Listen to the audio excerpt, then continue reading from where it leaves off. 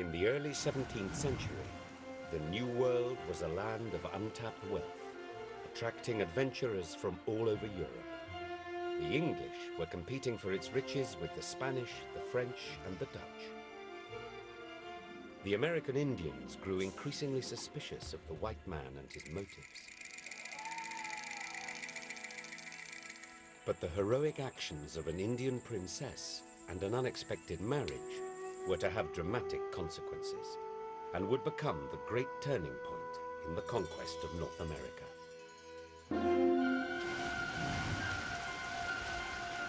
On December the 20th, 1606, 3 ships left London for the New World. On board were some 140 Englishmen sailing into the unknown. When they finally sighted land, they were moved by what they saw. Heaven and earth never better framed a place for man's habitation.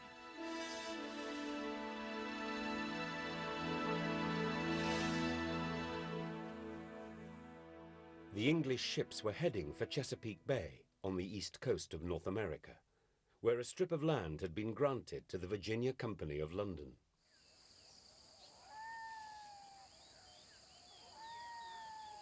In 1607, the forests of Virginia were home to the Algonquian Indians, who were united under the powerful leadership of one great chief, Powhatan. His territory stretched over a vast area of Virginia and included more than 30 Indian tribes. The English explored the Chesapeake Bay and chose an island 50 miles up the James River.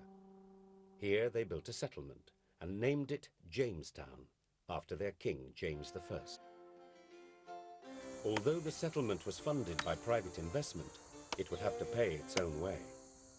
The instructions from London were to find gold and any other goods that would make a profit in England. The settlers built a temporary trading post, which they fortified against both the Spanish and the Indians. But to succeed, the company had to attract more men to the settlement. Soon the supply ships were returning to England with stories of how the rivers of Virginia were teeming with wildlife. The Indians anxiously watched the settlers' every move. It looked to them as though the white men planned to stay. The Algonquin lived in harmony with nature. A self-sufficient and proud people, they grew their own food and tobacco, fished in the rivers, and hunted in the forests. Their lives centered around their families. Chief Powhatan had fathered 100 children, but one was his favorite. She was named Pocahontas, the playful one. Pocahontas often sat at her father's side by the fire. Here she heard the news that white men had arrived in her father's territory. It was not long before the English realized that the site they had chosen to settle was marshy, swarming with deadly mosquitoes. By the summer of 1607, they found their food supplies dwindling. Eventually, the settlers were forced to leave the safety of their fort to find food. But hunting was difficult in this strange terrain, and they risked being attacked by the Indians. As deadly and quiet as were the Indian bows, they were no match for the modern rifles brought over from England.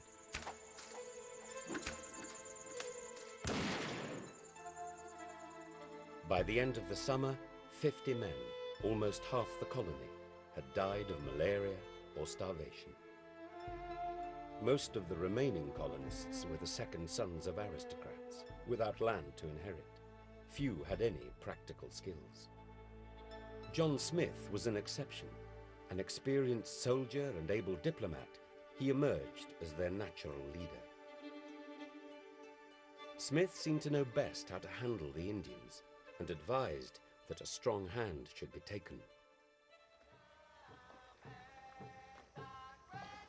The shortage of food forced him to make trading trips into uncharted Indian territory to find supplies that would help the colony to survive.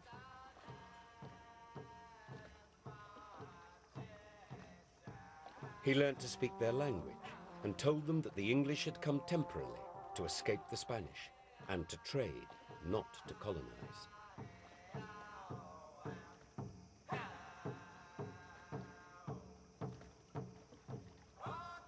But the Indians grew increasingly suspicious of the white men.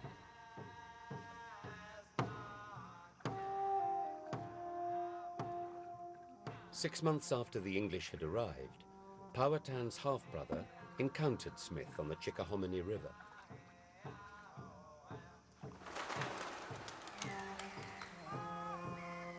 Smith was taken prisoner and proudly shown off by the Indians as a living trophy.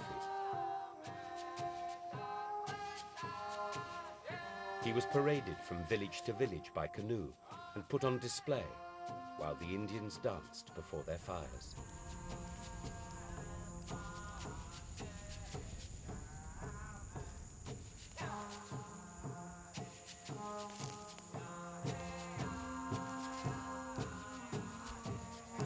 Finally, after several weeks, Smith was brought before Powhatan.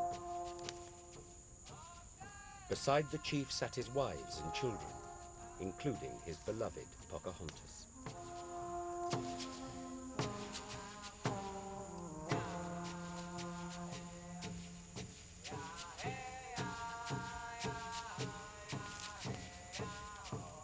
Smith described a strange and terrifying ritual. To the sound of drums and chanting, he was forced to lay his head on 2 great stones. Indians with clubs surrounded him, ready to crush his skull with their blows. Suddenly, Pocahontas threw herself between Smith and the clubs of his attackers. Because she was Powhatan's favorite daughter, her intervention saved his life. Smith was made an honorary member of the tribe and was allowed to return to Jamestown. Pocahontas often visited the Jamestown fort and amused Smith and the other colonists with her childish pranks. She wanted to know everything about the settlers. She copied their ways and started to learn their language. In October 1608, Pocahontas saw 2 ships arrive from England, bringing supplies and 70 new settlers. However, these new colonists were not prepared for the hardships that lay ahead. Winter was harsh. The dampness destroyed the corn. Sickness and starvation struck once more. In the spring, Pocahontas was horrified to discover that half the colony had not survived the winter. She gave instructions for gifts of food from her father's tribe to be brought to Jamestown. She herself brought wild turkey and baskets of corn and bread. John Smith wrote, She was the instrument that saved this colony from death, famine, and utter confusion. Her father, Chief Powhatan, was growing old and becoming ever more suspicious that the new English arrivals had no intention of leaving. Powhatan realized that Smith had lied to him and that the English were planning to stay for good. Outraged by the deception, he decided to murder Smith and prepared an attack. He forbade Pocahontas on penalty of death to warn the settlers. But that night she hurried through the forest to tell Smith that his life was in danger. Once again, Pocahontas had defied her father and risked her life for the white man.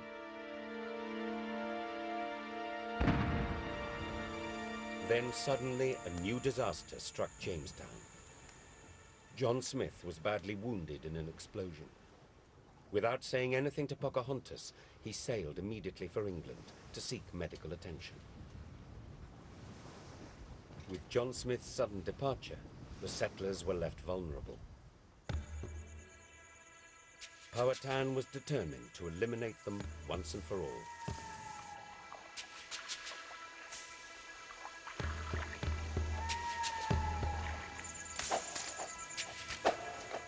All trade with Jamestown was banned, and a campaign of sniping, ambushes and assassination began.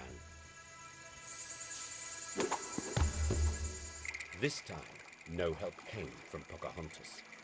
To keep her away from the settlers, Powhatan sent her to the far north of his territory, from where it would be impossible for her to visit Jamestown. By the end of 1610, leaderless and without help from the Indians, the people of Jamestown fell into despair. Again, they were without food. To survive, they resorted to eating dogs, cats, rats, and mice. Some even turned to cannibalism. One man who was delighted to hear that Jamestown was failing was King Philip III of Spain.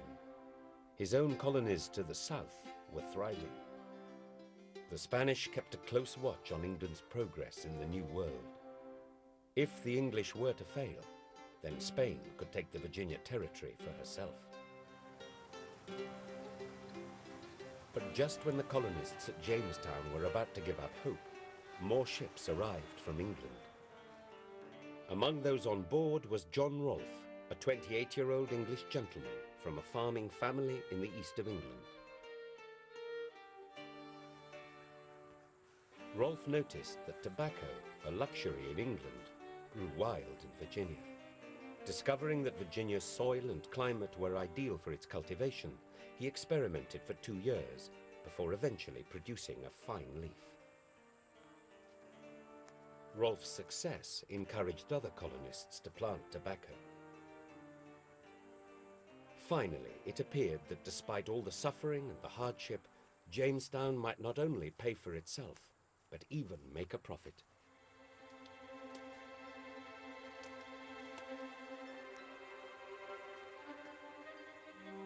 But the Indians continued to harass the settlers, and so the English issued an ultimatum. Stop the hostile acts, or we will be forced to go to war. Powhatan sent his answer. Depart my country, or confine yourselves to Jamestown. Otherwise I will command my people to kill you.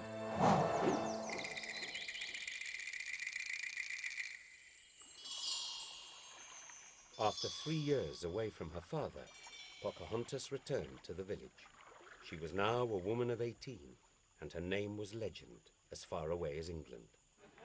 Her return triggered a plan to end the war with the Indians. The settlers would kidnap Pocahontas and hold her hostage to subdue Chief Powhatan. The princess was lured aboard a ship by an English captain, Samuel Argyle. She was lavishly entertained and prevented from going ashore. Then she was taken captive to Jamestown. A ransom note to Powhatan demanded the return of English hostages, stolen arms and food in exchange for his daughter. Negotiations went on for nearly a year, but Powhatan knew Pocahontas would come to no harm. By 1613, the English had established new settlements at Henrico, Bermuda Hundred, and Elizabeth City. Pocahontas was taken upriver to the Henrico settlement. It was at Henrico that Pocahontas met John Rolfe. The Indian princess and English tobacco planter were immediately taken with one another. Rolfe and his fellow colonists had been warned against marrying Indian women, but his desire to marry Pocahontas was so strong that Rolfe would not heed the warnings. He helped to instruct her in Christianity and witnessed the baptism ceremony that transformed the Indian Pocahontas into the English Rebecca, a name that recalled the biblical Rebecca, the mother of two nations.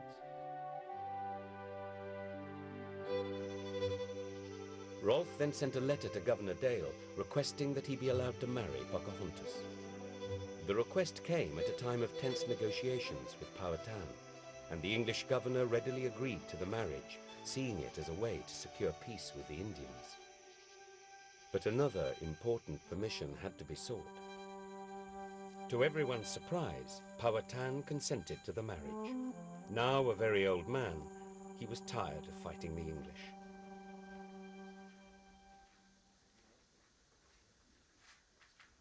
Although he refused to attend the wedding himself, he sent his brother to give Pocahontas away and 2 of his sons to serve as witnesses.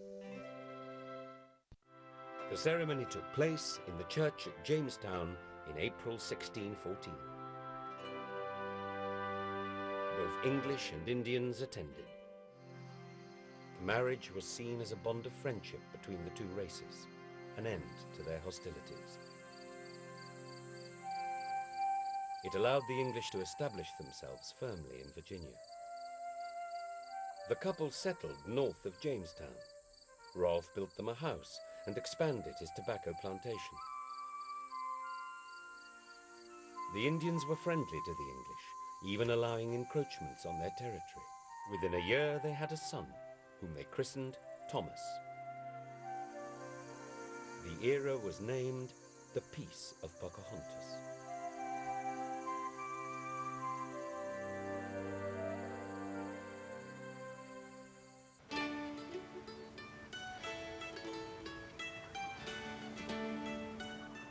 In 1616, 2 years after their marriage, Rolfe, Pocahontas, and their baby son set sail for England. They were accompanied by a number of Indians. The purpose of the visit was to promote the Virginia colony and the success of their mission to civilize the Indians.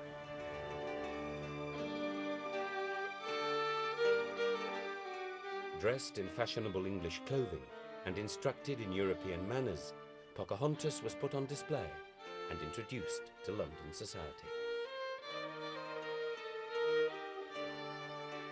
She and her companions were taken all over London and were amazed at what they saw. Pocahontas and John Rolfe attended a masked ball and were greeted by King James and Queen Anne. After 7 months in England, the damp, chilly air of London had taken its toll on the Indians. Several fell ill, and Pocahontas' own health declined. The time had come to return home to Virginia. On a foggy March day in 1617, she boarded the George with her husband and child and set sail down the Thames. After a few hours, feeling ill, she begged to be taken ashore. A doctor was called, but there was nothing anyone could do. At the age of just 22, Pocahontas died of pneumonia. On her deathbed, she consoled her husband. All men must die. 'Tis enough that the child lives.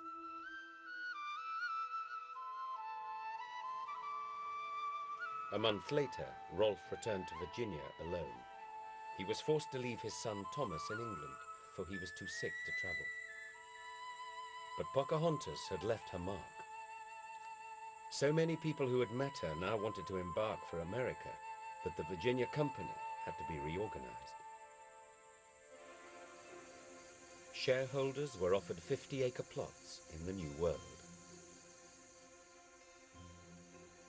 By 1619, the tobacco industry was thriving in Jamestown. Plantations were established all along the James River. But Rolfe and the other tobacco farmers were desperately short of labor. In August, a Dutch ship put into Jamestown. On board was a cargo of some 20 Negroes. The first Africans to land in the English colonies of America, they were indentured servants who could work in the tobacco fields and eventually gain their freedom. But gradually, slavery proved to be the most cost-effective method of farming tobacco. By the end of the 17th century, slavery became accepted in the North American colonies. Without the turning point of the marriage of Pocahontas to John Rolfe, the Virginia colony might never have survived. The 8 years of peace that followed allowed the English to establish themselves and to push the Indians further inland. In 1622, the Virginia Company went bankrupt and Jamestown was named a royal colony. It became the first permanent English settlement in North America. The Indians, in a last attempt to prevent further encroachment on their land, attacked Jamestown and massacred a third of the colonists. But they acted too late. the white population was now large enough to recover even from this disaster. Ironically, the marriage of Pocahontas would lead to the death of so many Native Americans and the destruction of so much of their culture. From 1624, thousands migrated to the New World, including Pocahontas' son, Thomas Rolfe. Virginia would be the cornerstone of the English occupation in North America for the next 100 years.